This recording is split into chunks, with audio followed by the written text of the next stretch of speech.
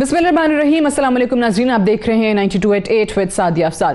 नाज़रीन, आज की सबसे बड़ी खबर तो ये है कि ये जो नई हुकूमत आई है पाकिस्तान मुस्लिम नवाज़ की, पाकिस्तान पीपल्स पार्टी की और भी बेतहाशा दीगर जमातें इस हुकूमत का हिस्सा हैं।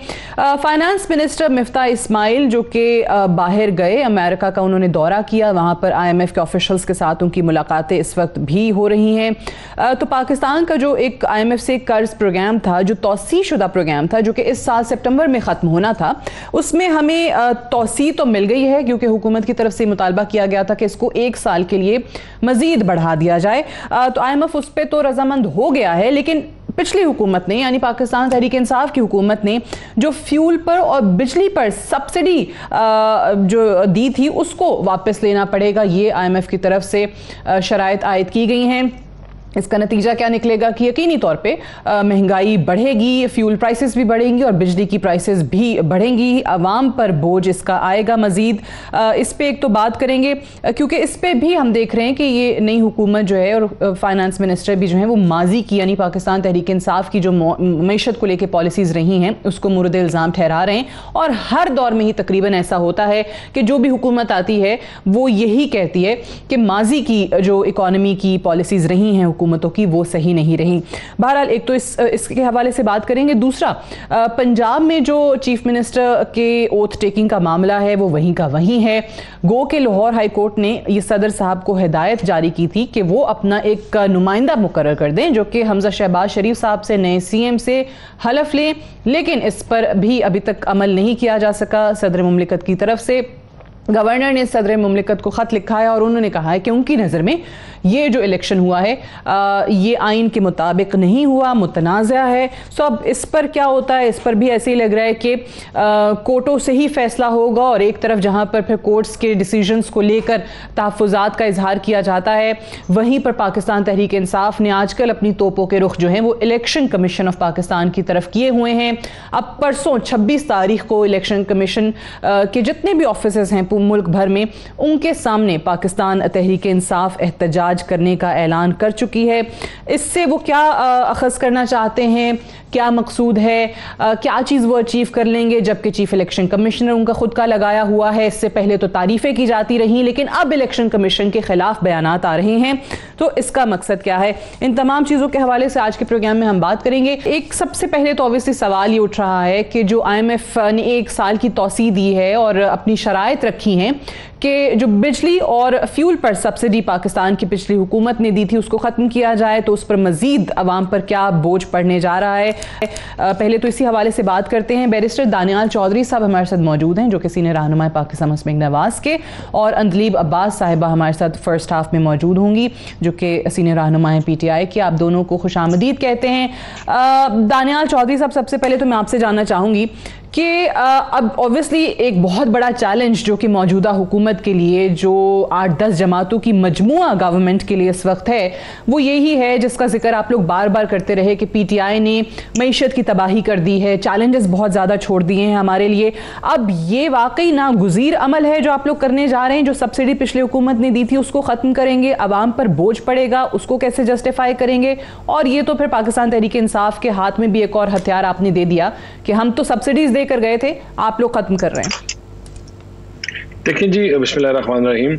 एक चीज की ये बड़ा क्लियर है डे वन से कि ये जो है हुकूमत ये कांटों की सेज है, और कांटों की सेज इसलिए है क्योंकि जो इन्होंने मुआहदे, जो इन्होंने चीजें की हुई थी, हमने उसी को कंटिन्यू करना है और हमने उसी कंटिन्यूटी में उनको बेहतर करना है, और उसी कंटिन्यूटी में हमने कोशिश करनी है कि हम लोगों को रिलीफ किस तरह दे सकें, हम गरीब बंदे को किस तरह रिलीफ दे सकें, पाकिस्तान की इकनॉमिक सिचुएशन को स्टेबलाइज और स्टेबल किस तरह कर सकें कि जो हालात ये छोड़ के गए थे। देखिए, हम IMF की चीज़ों को और जो उन्होंने फाइनेंशियल बिल्स और चीज़ों को देना से मना कर दिया था, हम उनको रीनिगोशिएट करने खाली गए थे।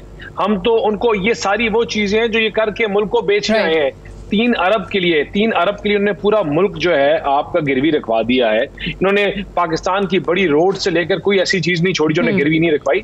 तो we went there to renegotiate, और इंशाल्लाह आप देखेंगे कि आपको आने वाले दिनों में इससे रिलीफ नजर आएगा। शायद टेम्परेरी कुछ चीजों में महंगाई आपको हो नजर आए, लेकिन डॉलर कंट्रोल करने की वजह से जब डॉलर नीचे आएगा इंशाल्लाह उससे बेहतरी होगी, फूड इन्फ्लेशन बेहतर होगा, इन कमोडिटीज के ऊपर जब बेहतर होगी इनकी प्राइसेस, तो इंशाल्लाह ऑटोमेटिकली गरीब बंदे के ऊपर उसका ट्रिकल डाउन इफेक्ट होगा। और जब हम और अपने दोस्त ममालिक से जब फ्यूल की बात करेंगे तो उससे भी एक रिलीफ आएगा और इंशाल्लाह ये सब्सिडीज वापस लेना जो IMF की तरफ से एक शर्त रखी गई है, this is inevitable at this moment, but आगे जाके शायद कुछ रिलीफ नजर आए। अंदलीब अब्बास साहिबा, पहले तो इसी पे जरा फरमाइएगा कि ये जो IMF की तरफ से हम लोन के लिए गए कि जी 1 साल के लिए एक्सटेंड इसको कर दिया जाए, वो तो आपको तौसीब मिल गई है, लेकिन सब्सिडीज आप लोगों की हुकूमत की तरफ से जो दी गई थी उनको वापस लेने का मुतालबा भी किया गया है। सो आपने दानियाल साहब की बात भी सुन ली और इस वक्त जो पूरी इनकी फाइनेंस टीम है वो भी यही कहती नजर आ रही है कि आपकी माजी की गलत निगोशिएशंस की वजह से आज ये स्टेप उठाना पड़ रहा है। शुक्रिया सादिया। एक 10 साल की कारकर्दगी इनकी, 30 साल की कारकर्दगी और ये 10 दिन की कारकर्दगी आइडेंटिकल है। अभी 10 दिन पहले इन्होंने कहा था कि जी IMF के साथ इन्होंने घुटने टेक दिए, इन्होंने क्यों पेट्रोल की प्राइसेस बढ़ाई जब बढ़ रही थी। उसके बाद इन्होंने कहा कि जी स्टेट बैंक की जो है इंडिपेंडेंस उसको हम नहीं होने देंगे। इन्होंने पूरी असेंबली के अंदर तूफान मचाया। आज हर चीज पे घुटने टेक के आए हैं। हमें कहते थे PTIMF और खुद जो है बेचारे PMLN भी नहीं रहे, वो IMF ही बन गए। आप देखें पहले 10 दिन में क्या किया। आटा 20 किलो का जो है वो 230 रुपए ज्यादा हो गया, डॉलर जो है वो 7 रुपए ज्यादा हो गया, घी 30 रुपए ज्यादा हो गया, बिजली 5 रुपए महंगी होगी, मेडिसिन 20% बढ़ गई और पेट्रोल पे अब ये पता नहीं 20, 30, 35 रुपए बढ़ाएंगे वापस आके। लोड शेडिंग जो है रूरल एरियाज में 10 घंटे की हो गई और जो PM हाउस में एक भी ऐसा कोई फंक्शन नहीं होता था, रोज वहां इफ्तारें हो रही हैं और टैक्स पेयर के पैसों पे हो रही हैं। और ऑफ कोर्स अपने घरों को इन्होंने PM हाउस भी डिक्लेयर कर दिया है। और यही बात है कि सारी जो इनकी 10 दिन की कारकर्दगी है जिसमें क्राइम कैबिनेट जो है 34 में से 24 वजीर जो हैं वो आपके केसों में है, बेलों पे हैं, कत्लों पे हैं। अच्छा। और उनको ECL से निकाल दिया गया है। इनकी असल कारकर्दगी है कि सारे जितने भी मुजरिम हैं, जितने भी मुलजिम हैं, उनको बिल्कुल क्लीन चिट दे के उनको बिल्कुल मादर पेदर कानून से आजाद किया जाए, ये इनकी है। वहां जाके वो इनसे पूछ रहा मिफ्ता इस्माइल से कि जी वेब 3.0 पे पाकिस्तान का क्या है, तो वो कहते हैं सॉरी मुझे तो पता ही नहीं है। उन्होंने कहा जी आपकी जो फिनटेक की है, उन्होंने कहा जी मुझे फिनटेक का भी नहीं पता। मतलब आप ये सोचें कि ये तैयारी करके गए थे, वहां घुटने टेक आए और बड़े मजे से उनको कहे हमने तो IMF के साथ निगोशिएट किया था। अच्छा, हमने तो IMF के ऊपर स्टैंड लिया था। हाँ यही IMF था। ठीक है, चलिए ऑब्वियसली ये प्रोग्राम जैसे आगाज किया था तभी मैंने जिक्र किया था कि ऑब्वियसली हम हर दौर में ये क्राइम कैबिनेट है। ठीक है, हर दौर में यही सुनते हैं, ये लुटेरों की कैबिनेट है। 18-19 साल जो है वो मुझे भी इसी मीडिया में हो गए, मुख्तलिफ हुकूमतें देखी हैं और जब भी कोई नई हुकूमत आती है तो पिछली हुकूमत की इकोनॉमिक पॉलिसीज को लेकर यही बात करती है कि देखिए जी हमें तो ये सब कुछ वर्षे में मिला था, पिछली हुकूमत ने बहुत बुरा हाल कर दिया था। और ऑब्वियसली पाकिस्तान जैसे मुल्क में दिस थिंग विल कंटिन्यू, खत्म होने का कोई चांस नजर नहीं आ रहा। आपने दानियाल शुरू में कहा था कि गवर्नमेंट जो है this is not a bed of roses, बात बिल्कुल सही है, लेकिन ऑब्वियसली अब हुकूमत वक्त से फिर सवाल भी होते हैं। अभी जो अंदलीब अब्बास साहिबा ने बात की है, ये इस वक्त की कैबिनेट के लिए बार बार ये चीज़ आ रही है कि जी बहुत सारे लोगों के तो ऊपर केसेस हैं, जमानतों पे बाहर आए हुए हैं, और फिर आज ही जिस तरीके से 100 से ज़ायद अफराद के नाम ECL से निकाल दिए, उसमें शहबाज शरीफ साहब भी हैं, साबिक वज़ीर आज़म नवाज शरीफ भी हैं, जरदारी साहब भी हैं, शाहिद खाकान अब्बासी, राना सनाउल्लाह, ख्वाजा साद रफ़ीक, ख्वाजा आसिफ, फरियाल तालपुर और बेतहाशा नाम है। और तो राना सनाउल्लाह साहब के लिए तो आज वो सोशल मीडिया पे चल भी रहा था कि वज़ीर दाखिला राना सनाउल्लाह ने खुद ही अपना नाम ECL से निकाल दिया। सो ये कैसे आप आवाम में जस्टिफाई करेंगे इस पे जब पाकिस्तान तहरीक इंसाफ जो है वो तनकीद करेगी? जी, ये मेरी बहन जो अंदलीब अब्बास साहिबा बातें कर रही थी कि मुझे बताएं कि इन्होंने आपको बताया कि IMF के पास दोबारा 4 साल बाद IMF ने हमारे साथ निगोशिएशन टर्म्स थे, हमें जो पैसे देने थे क्यों बंद कर दिए? क्योंकि इन्होंने कोई अपने टारगेट्स पूरे नहीं किए, झूठे वादे किए। इन्होंने बताया कि ये जो गवर्नर हाउस में यूनिवर्सिटियां बननी थी, पार्क्स बनने थे, वो कहते किधर हैं, इन्होंने बताया कि जो प्राइम मिनिस्टर हाउस में यूनिवर्सिटीज बनी थी वो किधर हैं, इन्होंने बताया कि जो वादे इन्होंने किए थे लोगों के साथ, जो 8,000 अरब रुपया इन्होंने जमा करना था लेकिन दर हकीकत में 3,500 अरब भी नहीं जमा कर सके, तो क्या ये इन तमाम चीजों की वजह से डॉलर को या किधर ले गए? इन्होंने 120-110 पे कर्टेल करना था। शुगर की प्राइसेस जो इन्होंने हम 60 रुपए पर केजी दे के गए, आप 150 रुपए पे आप बेच रहे हैं। 500 रुपए का 20 केजी का तोड़ा जो है आपने 1200 रुपए पे लेके चले गए हैं। इन तमाम चीजों की वजह से उन्होंने इकोनॉमिक इंडिकेटर्स देख के पाकिस्तान के तमाम इकोनॉमिक इंडिकेटर्स आपको तबाही की तरफ लेके जा रहे हैं, और उसी की वजह से आज IMF के पॉइंट आ गया that we had to go back them again, we had to renegotiate them, और हमने उनका ट्रस्ट बहाल किया है और हमने कहा है कि जो पुरानी हुकूमत झूठ बोल गई वो बोल गई। हमें तो आप जानते हैं, हमने तो आपके तमाम चीजों को पैगाम हमने खैराबाद कहा था IMF के लोन्स को खैराबाद कहा था, हमने पाकिस्तान को इमर्जिंग इकोनॉमी बनाया था। हम वही लोग हैं जिसने पाकिस्तान अंडर डेवलप्ड नेशन, जिसको सिंस 1947 का क्या नाम है अंडर डेवलप्ड नेशन का स्टेटस था, हमने उसको चेंज करके डेवलपिंग नेशन स्टेटस लेकर गए। हमने उनको बताया हम वही लोग हैं जिन्होंने झूठे वादे और गालियां नहीं दी। हम CPEC लेके आए जो 50 बिलियन के प्रोजेक्ट्स लेके आया, हमने मेट्रोज बनाई, हमने पाकिस्तान के इंफ्रास्ट्रक्चर को बेहतर किया, और उन्होंने अपना ट्रस्ट को हमारे ऊपर एक दफा दोबारा यकीन दहानी कराई और उसको एक्सेप्ट किया, और इसीलिए उन्होंने इन टर्म्स को रीनेगोशिएट करने के लिए तैयार हुए। और एक मैं आपको आम टर्म्स में समझाता हूं कि आप अगर किसी के साथ 5 साल के टर्म्स का कॉन्ट्रैक्ट करें तो वो कॉन्ट्रैक्ट रीनेगोशिएट नहीं करता, वो हो गया होता है, लेकिन हमारी क्रेडिबिलिटी की वजह से, हमारी पुरानी परफॉर्मेंस की वजह से they came back on the table to talk with us, और इसी वजह से आप देखेंगे कि मुल्क की चीजों की, मुल्क की सिमत की बेहतरी होगी। और जहां तक आप वरना आप कह रहे हैं जो पाकिस्तान तहरीक इंसाफ ने मामलात तय किए थे वही चलते रहते, वही जारी रहते सब वही, और उनको बेहतर निगोशिएट करेंगे अब इनके बिहाफ पे। जो ये 3 बिलियन में पूरा पाकिस्तान बेचा है, हम उनसे कोशिश करेंगे अब इंशाल्लाह कि उन टर्म्स को रिनिगोशिएट करें, उनको बेहतर करें और उनको बता सकें कि सवाए झूठ और वादों के अलावा इस लास्ट गवर्नमेंट में कुछ नहीं था। We are the one who has delivered in Pakistan, we are the one who delivered repeatedly and इंशाल्लाह वी विल डिलीवर अगेन। और पाकिस्तान की आवाम को ये पता है कि मुस्लिम लीग नून जब भी आई मैशत बेहतर हुई, मुस्लिम लीग नून जब भी आई टैक्स कलेक्शन बेहतर हुई, मुस्लिम लीग नून जब भी इक़्तिदार में आई बेरोजगारी कम हुई। जो गरीब बंदे का नारा हमने लगाया, आज आते साथ जेब में पैसे नहीं थे, लेकिन हमने पे स्केल जो है मिनिमम जो है उसको 25,000 पे लेकर गए। हम बेरोजगारी कम करेंगे, हम महंगाई कम करेंगे, और इंशाल्लाह पाकिस्तान की तकदीर को दोबारा बदलेंगे और वहां लेके जाएंगे जहां हम छोड़ के गए थे। ये पहिए वहां से चलेंगे, ये बिजली के कारखाने फिर चलेंगे, और इंशाल्लाह आपकी लार्ज स्केल मैन्युफैक्चरिंग और स्मॉल स्केल मैन्युफैक्चरिंग बेहतर होगी। हम कंटेनर्स के ऊपर खड़े होकर झूठी गालियां नहीं देंगे, जलाओ घिराओ की बात नहीं करेंगे, हम तो यही चाहते हैं कि भाई पाकिस्तान के लिए जो बेहतर कर सके, पाकिस्तान की आवाम के लिए जो बेहतर हो सके वही हो। ठीक है, चलें वो बात, वो आपकी बात सही है, वो बात रहेगी दरमियान में वो केसेस वाली और बेल्स वाली, लेकिन मूविंग ऑन फिर, क्योंकि बहुत सारी चीजें और भी हैं जो आप दोनों से पूछने की हैं। एक तो मुझे ये बताइए अंदली अब्बास जी चलें बता दें फरमाइए कि आपने हर उस बंदे का जिसने पिछली गवर्नमेंट में इन्होंने विच हंटिंग की, इन्होंने कोई बंदा ऐसा नहीं छोड़ा जिसका नाम ECL में नहीं डाला जो मुस्लिम लीग नून का था और किसी ऑपोजिशन पार्टी का। जो इनके साथ आए वो शौकत तरीन हो या मैं भी 50 और नाम ले सकता हूं, जो इनके साथ आए वो ठीक हो गए। वो बेशक वकार मसूद हो, वो फैसल वाडा हो, अलीम खान हो, कोई भी जो लोग जो इनके साथ आए तो तब ठीक हो गए थे, जब हमारे साथ आए तो खराब हो गए। जो इसी तरह ये तमाम वो लोग हैं जिन्होंने हमारे साथ ये इन्होंने विच हंटिंग की थी, एक बंदे का नाम इन्होंने डाला, मेरा नाम डाल दिया। भाई मेरा क्या ताल्लुक था, मैंने किससे 1 रुपया लिया, 1 रुपया दिया ना किया ना कभी जिंदगी में किसी सिग्नेटरी हुआ, क्योंकि इनके खिलाफ इलेक्शन लड़ते हैं, इनके खिलाफ आवाज डालते हैं, हमारा भी नाम भी डाल दिया।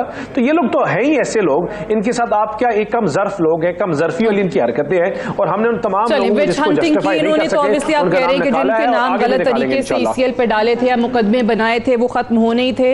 Right, got your point. Andleeb Abbas साहिबा, ये बताइए कि ये ECP पे और ख़ास तौर से चीफ इलेक्शन कमिश्नर पे इस कदर जो तनकीदी हमले होना शुरू हो गए हैं, ये क्यों इस वक्त आप कर रहे हैं? वो टाइम भी मुझे अच्छे तरीके से याद है, आपको भी याद होगा, जब आप सब लोग चीफ इलेक्शन कमिश्नर के कसीदे पढ़ा करते थे, उनकी तारीफें किया करते थे, उनको ईमानदार अफसर कहते थे। उस वक्त वजीर दाखिला शेख रशीद ने खत लिखा था वजीर आजम इमरान खान को, और उनको पता नहीं एक focused, hard working, extremely honest, diligent एक ऑफिसर करार दिया था। तो फिर ये यकायक आप लोगों को क्या प्रॉब्लम हो गया चीफ इलेक्शन कमिश्नर से, जबकि लगाने वाले आप खुद? पहले तो देखें, फैक्ट्स के ऊपर ना आप झूठ बोलें तो आप पकड़े जाते हैं। आप चले, मैं झूठ नहीं, मैं कहती इग्नोरेंस कह लेती हूँ।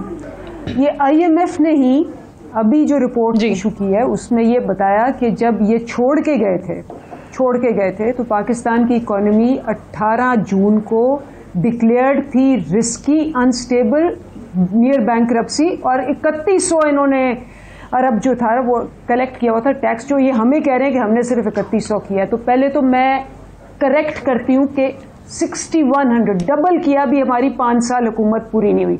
हाईएस्ट एवर टैक्स कलेक्शन है, हाईएस्ट एवर एक्सपोर्ट्स है। और दूसरा, ये जो सबसे फनी बात थी कि पहली तकरीर में असेंबली में खड़े होके ये जो हैं शहबाज शरीफ, इन्होंने कहा जी मैं मिनिमम वेजेस बढ़ा रहा हूं, मैं सरकारी मुलाजमिन की बढ़ा रहा हूं। 10 मिनट बाद मिफ्ता इस्माइल ने कहा कि जी सॉरी, ये नहीं बढ़ सकती क्योंकि ये तो ऑलरेडी वो हुकूमत बढ़ा के गई हुई है। ये आपने भी रिपोर्ट किया, सबने रिपोर्ट किया। तो ये और भी बहुत से हैं फैक्ट्स जो मैं करेक्ट कर सकती हूँ, लेकिन I will not waste time. But जब भी आए रिसर्च करके आए, क्योंकि वो फिर बड़ी एम्बैरेसिंग होता है गलत फिगर्स देते हुए। अच्छा, अब आप आगे उस पे आपका नुक्ता आ गया। चलिए election commission, chief election commissioner पे आ जाएं। जी हाँ, देखिए, जो चीफ इलेक्शन कमिश्नर की अपॉइंटमेंट होती है ना, वो होती है विद द ऑपोजिशन लीडर की। उससे जो हमने बंदे नॉमिनेट किए हुए थे वो उनको एक्सेप्टेबल नहीं थे, और जो वो कर रहे थे हमें एक्सेप्टेबल नहीं थे। तो फिर ये कॉम्प्रोमाइज कैंडिडेट आया था, और इस कोई भी कैंडिडेट आए, फॉर एग्जांपल मैं अप्लाई करती हूँ किसी जॉब में, ये नाम आप लोगों की तरफ से आया था अनलीब अब्बास साहिबा उस कमेटी के अंदर। दानियाल, आपकी जानिब आती हूँ, मुझे बताइए कि ये जो चीफ इलेक्शन कमिश्नर वाला मामला है, अगर मुझसे कहीं गलती हो रही है तो मुझे बता दीजिए, बिकॉज मेरी तो यही इन्फॉर्मेशन है। उस वक्त हम लोग रिपोर्ट भी करते रहे कि उस मीटिंग के अंदर PTI की तरफ से ये नाम सामने आया था जिसपे आप लोग मान गए थे, जिनको अभी इस्टेब्लिशमेंट का नुमाइंदा कह रहे हैं खान साहब, और उस वक्त शेख रशीद साहब ने बहुत तारीफें की थी इनकी, खत लिखा था इमरान खान साहब को, वजीर आजम साहब को, इनको इनवैल्यूएबल एसेट करार दिया था।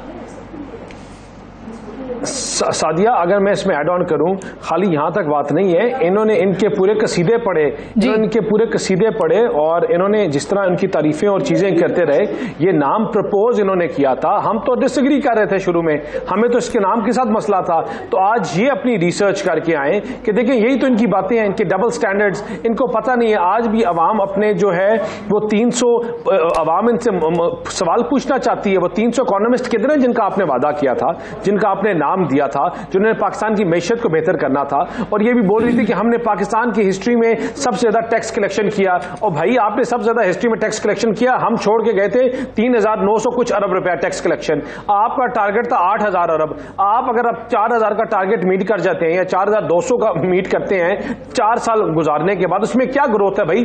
अगर आप हर सालाना 10% भी ग्रोथ लगाए ना, तो 5,000 अरब से क्रॉस करके 6,000 अरब टच करना चाहिए था। आपने क्या टैक्स कलेक्शन किया है? इन रियल टर्म्स हर चीज कम हुई है।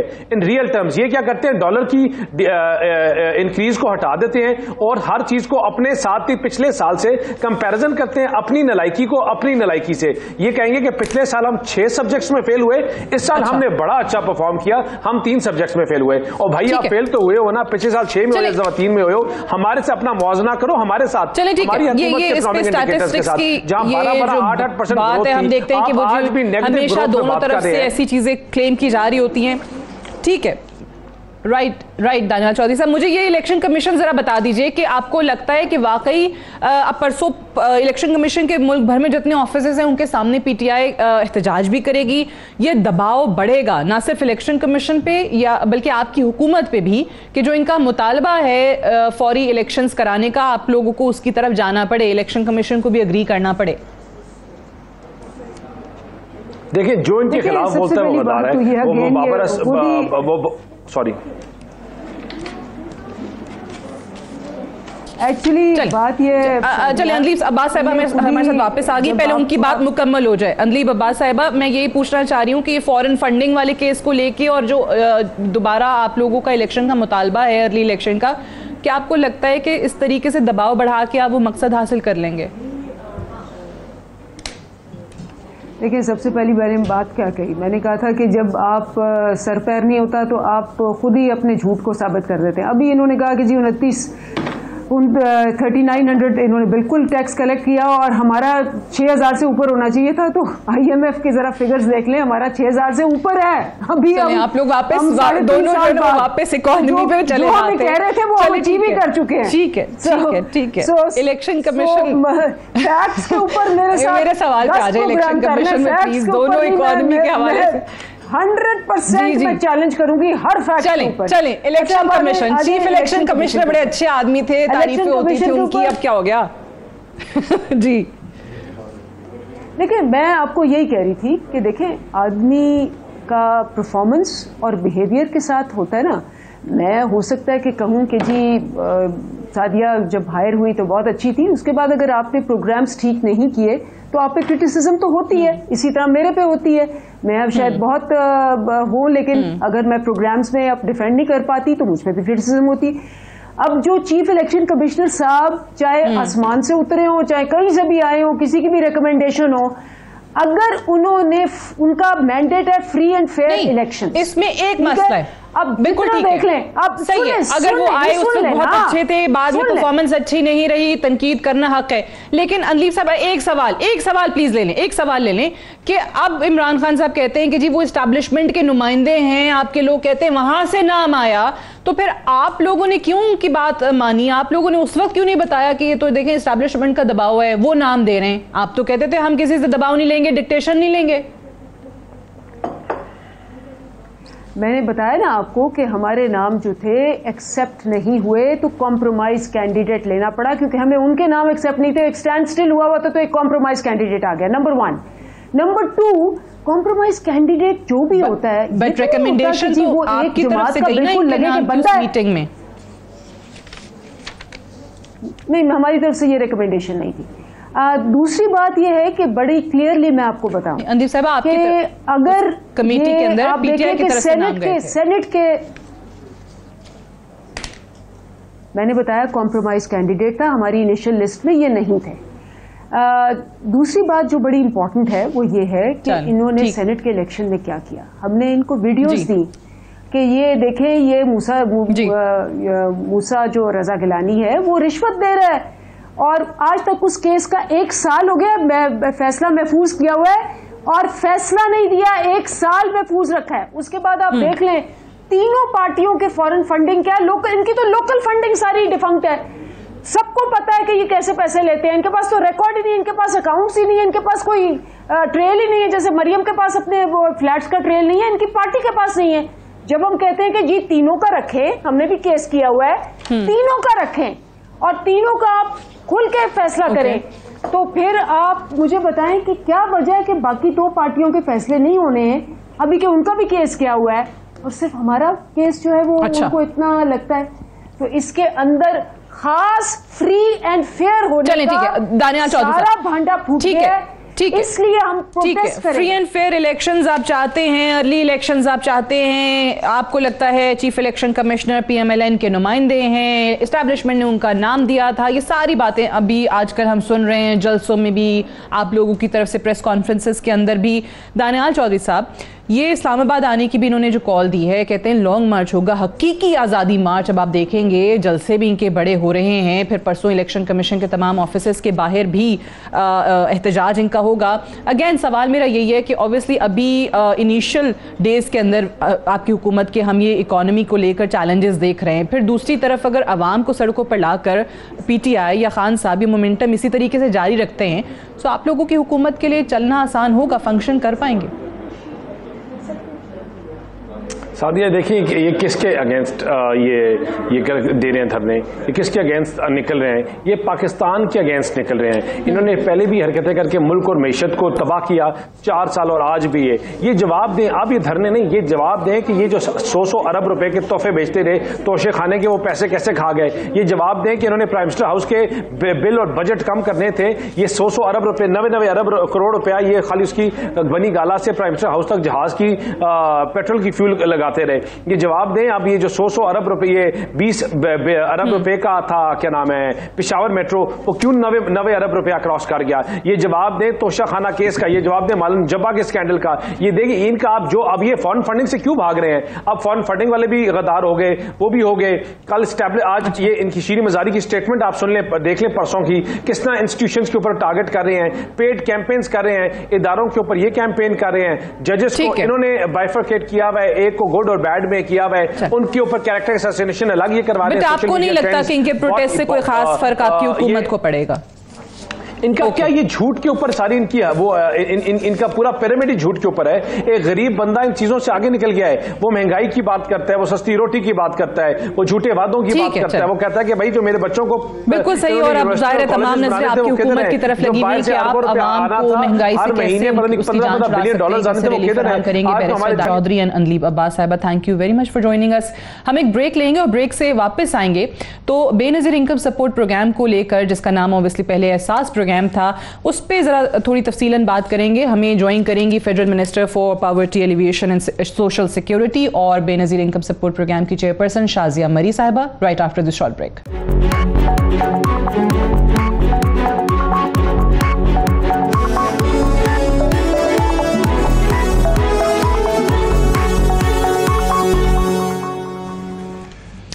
Welcome back. प्रोग्राम में एक बार फिर से खुशामदीद। जैसे ब्रेक पे जाने से पहले और जब से नई हुकूमत आई है, हर टॉक शो के अंदर एक बहस चल रही है जिसमें पीटीआई के लोग अक्सर आकर आपको ये बताते हैं कि इस काबीना पर उन्हें क्या क्या एतराज़ात हैं। मुकदमों का जिक्र किया जाता है, लोगों की बेल्स का जिक्र किया जाता है, लेकिन मेरे लिए पर्सनली इस काबीना में सबसे अच्छी चीज़ ये है कि हमारी ख़वातीन जो कि आबादी का निस्फ से भी ज़्यादा हैं, बड़ी हमारी पढ़ी लिखी लर्नड ख़वातीन जो है वो इस काबीना का हिस्सा बनी है, जिसमें हिना रब्बानी खर भी हैं, शहरी रहमान हैं, आयशा गौस बख्श पाशा हैं, इसके अलावा इसमें मरियम औरंगजेब हैं और आज हमारी मेहमान शाजिया मरी साहिबा भी इसका हिस्सा हैं, जो कि federal minister for poverty alleviation and social security हैं और obviously Benazir income support programme की चेयरपर्सन भी हैं। बहुत शुक्रिया शाजिया मरी साहिबा हमें वक्त देने के लिए और बहुत मुबारक हो आपको ऑन बिकमिंग फेडरल मिनिस्टर। सबसे पहले तो ये बताइएगा कि बेनजीर इनकम सपोर्ट प्रोग्राम को लेकर, जो इससे पहले एहसास प्रोग्राम के नाम से था और उससे पहले अगेन BISP के नाम से ही जाना जाता था, इस पे ऑब्वियसली सवालात उठ रहे हैं कि क्या फर्क पड़ेगा। पिछले हुकूमत ने आवाम को ये बताया कि जी बड़े अपने लोगों को रखा गया था, कुछ सरकारी मुलाजमीन के खानदानों को नवाजा जा रहा था और अब वो कहा जा रहा है कि वो फिल्टर हटाने का फैसला हो गया। इस किस्म की जो खबरें बाहर आ रही हैं उसमें कितनी सदाकत है? बहुत शुक्रिया सादिया और बहुत शुक्रिया। ख़वातीन की सलाहियत और उनकी काबिलियत की तरफ रुझान दिलाने के हवाले से यकीनन ख़वातीन न सिर्फ आबादी के एतबार से एक बहुत बड़ा हिस्सा है पॉपुलेशन का, बल्कि उनकी जो सलाहियतें हैं उनको भी उसी तरीके से प्रमोट करने की ज़रूरत है ताकि हमारे माशरे में जो तरक्की का अमल है वो तेज़ हो सके और पाकिस्तान भी तरक्की की बुलंदियों को छू सके। तो this is very very important and thank you. आपने इनवाइट भी किया और आज क्योंकि मुझे एक नई जिम्मेदारी मिली है उसके हवाले से आपका सवाल है, तो यकीनन एक तो ये बहुत बड़ी जिम्मेदारी है poverty alleviation and social safety, जो आपने जिस तरह बताया इस मिनिस्ट्री का नाम है और इसके अंडर चंद प्रोग्राम्स आते हैं, जिसमें सबसे जो नुमाया प्रोग्राम है वो BISP है, बेनजीर इनकम सपोर्ट प्रोग्राम, जो शहीद मोहतरमा बेनजीर भुट्टो साहिबा के नाम से मुंसलिक है। और इसलिए मुंसलिक नहीं है कि ये पीपल्स पार्टी ने प्रोग्राम इनिशिएट किया 2008 में, बल्कि इसलिए बिलखसूस मुंसलिक है क्योंकि शहीद मोहतरमा बेनजीर भुट्टो साहिबा ने अपनी शहादत से पहले इस प्रोग्राम का पूरा प्लान बताया था और उनका ये आइडिया था, उनका ये ब्रेन चाइल्ड है। वो चाहती थी कि इस माशरे के अंदर लोगों की जो गरीब लोग हैं, गरीब तरीन तबका है, उसकी जो इनकम है उसको ऑगमेंट किया जाए, उसको सहारा दिया जाए ताकि वो अपनी ज़िंदगी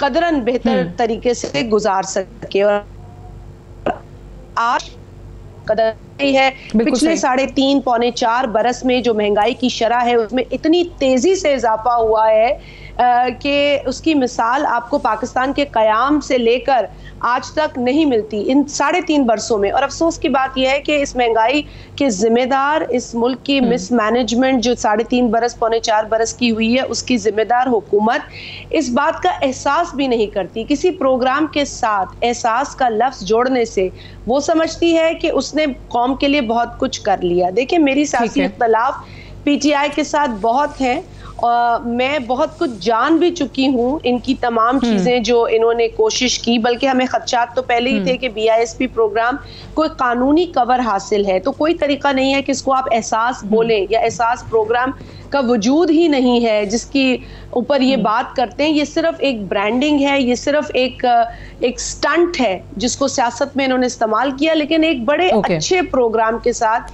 खिलवाड़ करने की अफसोसनाक कोशिश की गई। तो सबसे पहले तो मैं ये वाजे कर दूं आपका प्रोग्राम देखने वालों को, आपके तवज्जुह से, इस प्रोग्राम के तवज्जुह से, ये बेनजीर इनकम सपोर्ट प्रोग्राम जो 2008 में शुरू हुआ, 2010 में इसको कानूनी कवर दिया गया, इसको लेजिस्लेशन के जरिए लाया गया। और इस वक्त भी जब मैं आपसे बात कर रही हूँ तो एहसास कुछ नहीं, वो एहसास तो एक फीलिंग है जो पिछली PTI की हुकूमत में बिल्कुल भी नहीं था। लेकिन जो वर्ड है ना एहसास, जो वो लेकर आने की और बढ़ा के बात करने की कोशिश करते थे, उसका कोई लीगल कवर नहीं है। सिर्फ बेनजीर साहिबा के नाम से मुंसलिक प्रोग्राम का जिक्र करते हुए इनकी जबानें जो थी वो मतलब उनमें तकलीफ हो जाती थी। या देखिए, जो प्रोग्राम एहसास विजन है उसको रजिस्टर्ड प्रोग्राम इस नाम से जो आप कह रही हैं कि सिर्फ और सिर्फ बेनजीर इनकम सपोर्ट प्रोग्राम का नाम इस्तेमाल ना हो इसलिए उसको एहसास नाम दे दिया गया। लेकिन मैंने खुद ऐसी ट्वीट्स देखी हैं सानिया निश्तर साहिबा की भी, जिसमें वो बेनजीर इनकम सपोर्ट प्रोग्राम करके उसको ठीक है उन्होंने खुद जो है वो बहुत सारी जगहों पर मेंशन किया अपनी बहुत सारी ट्वीट्स के अंदर भी, वहां पर एहसास का जिक्र नहीं था। राइट, देखिए, I have respect for every individual who contributes, particularly women, लेकिन ये कहना बहुत गलत है कि बेनजीर इनकम सपोर्ट प्रोग्राम की जो कानूनी हैसियत है उसको आप किसी लफ्ज से हटा सकते हैं।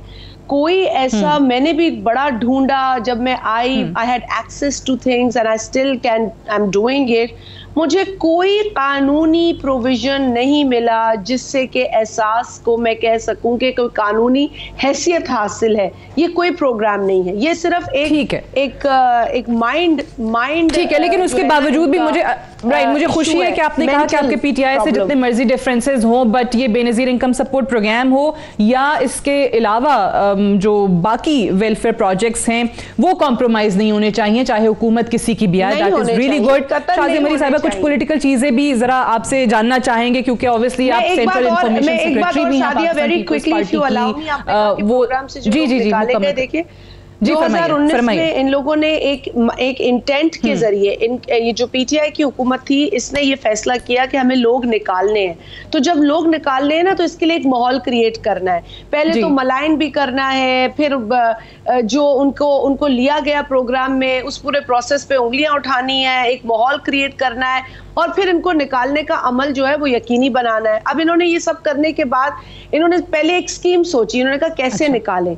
तो फिर एक इनका आइडिया था कि हम ये फिल्टर लगा दें और इस फिल्टर के जरिए लोगों को उड़ा दें। अच्छा, आपको सुन के हैरत होगी कि आप ठीक है लोगों को निकाल देते हैं, लोगों को भी पता नहीं है कि लोग निकल गए, लेकिन लोगों से रुजू नहीं किया गया तस्दीक के लिए जिस वजह से उनको निकाला जा रहा है। ये मुख्तलिफ एजेंसी से रुजू किया गया, किसी ने शनाख्ती कार्ड जल्दी बनवा लिया, उसकी कोई वजह हो सकती है, किसी ने पासपोर्ट बना लिया, कहीं उसने उम्रा पे जाना या किसी ज़ियारत पे जाना। आपको पता है ज़ियारतों पे लोग जो है वो चंदा कर करके जमा करके कई सालों तक उम्रा और ज़ियारत ऐसी चीजें कि लोग करते हैं, अकीदा लोगों का बड़ा मजबूत है।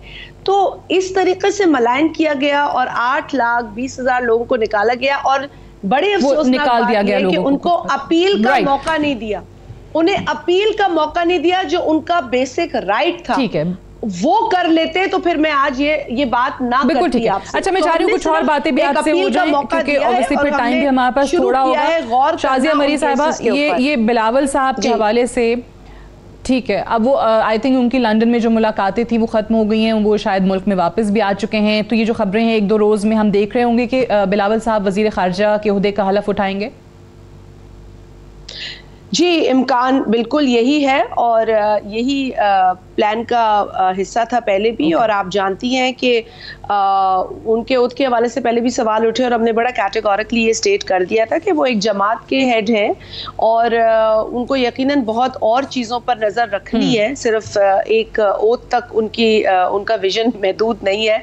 और उनको जाना था लंदन, उनको मियां मोहम्मद नवाज शरीफ साहब से मिलना था, वो नहीं मिले थे उनसे एक अरसे से, और उनकी आमद का यहाँ अभी कोई वाज़े प्लान नहीं था, तो इसीलिए वो वहाँ गए और इस तमाम प्रोसेस के ऊपर जो उनका एक गुफ्तशनीद थी वो हुई। और आपको पता है वोट ऑफ नो कॉन्फिडेंस हुआ, फिर एक हम ये देखेंगे कि वज़ीर ख़ारजा जो हैं वो बड़ी जल्दी बिलावल भुट्टो जरदारी साहब होंगे।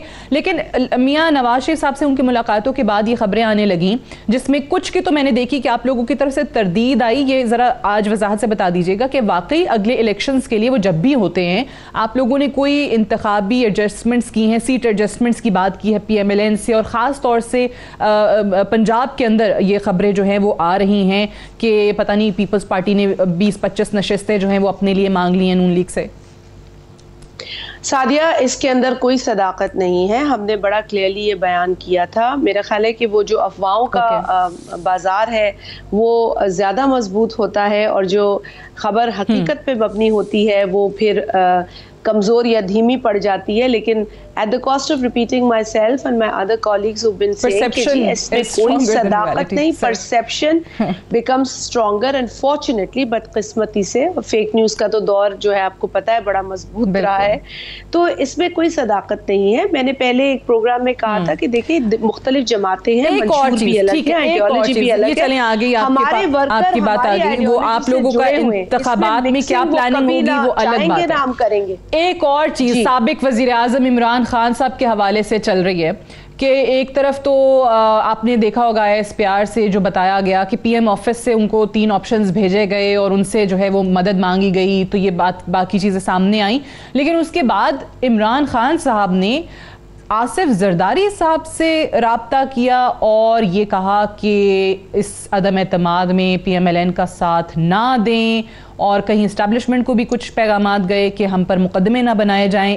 ये आप इसकी कोई तस्दीक या तरदीद कर सकती हैं कि जरदारी साहब से कोई राब्ता हुआ था खान साहब का डायरेक्ट या किसी के थ्रू? जी, मेरे इल्म में तो कोई राब्ता नहीं हुआ था। हाँ, ये मैंने ज़रूर सुना था कि साबिक वज़ीर आज़म इमरान खान साहब परेशान थे क्योंकि उनके करप्शन की जो दास्तान है वो काफ़ी संगीन है और लंबी फहरिस्त है। तो मैंने ये सुना ज़रूर था कि उनको ये परेशानी लाहक है कि मेरे साथ क्या होगा, और उसके बाद उन्होंने एक बयानिया बनाया। और अब क्या मैं कह सकती हूँ कि अगर आज ये बयानिया जो ये बना रहे हैं उससे पीछे हट जाएंगे तो फिर तो जो हम कह रहे हैं कि इन्होंने आइन वायलेट किया, सबवर्ट किया, वो इनके हवाले से साबित हो जाएगा। क्योंकि कासिम सूरी ने तो यही बहाना बनाया और उसके बाद जो वोट ऑफ नो कॉन्फिडेंस था उसको रिजेक्ट किया। और अगर ये साबित हो रहा है और हो चुका है बहुत हद तक कि ये सारा बयानिया झूठ पर मबनी था, लेकिन अगर वो खुद तस्लीम कर लेते हैं तो फिर वो इस बात को भी तस्लीम कर लेंगे कि उन्होंने वाक़तन आइन को वायलेट किया। तो ये इस वक्त खुद ही एक ऐसी कश्मकश में है कि एक तरफ तो तमाम शवाहिद नजर आ गए हैं कि कोई साजिश नहीं थी, कोई ऐसा संगीन मामला नहीं था जिसको बुनियाद बना, लेकिन ये बयानिया ऑब्वियसली वो बना रहे हैं। अच्छा, मैं इसी पे मेरा आखिरी सवाल आपसे, टाइम भी खत्म होने वाला है, कि एक तरफ तो ऑब्वियसली 8-10 जमातों की जो मजमुआ हुकूमत है 3.5 उसके हवाले से लोग ये बात करते हैं कि जी इस वक्त उनका बयानिया जो है ना वो इस बात पर होना चाहिए कि 3.5 बरस उन्होंने इस मुल्क के लिए क्या किया, क्या खिदमत की। लेकिन उसके बरक्स है उनका बयानिया, और उनका बयानिया उसके बरक्स इसलिए है कि उन्होंने 3.5 बरस इस मुल्क को तब्दीली के नाम पर सिर्फ और सिर्फ तबाही दी है। राइट, चलें, मेरे पास unfortunately I have run out of time बिल्कुल ख़त्म हो गया है। बहुत बहुत शुक्रिया शाजिया मरी साहबा प्रोग्राम में इस सेगमेंट में हमें ज्वाइन करने के लिए।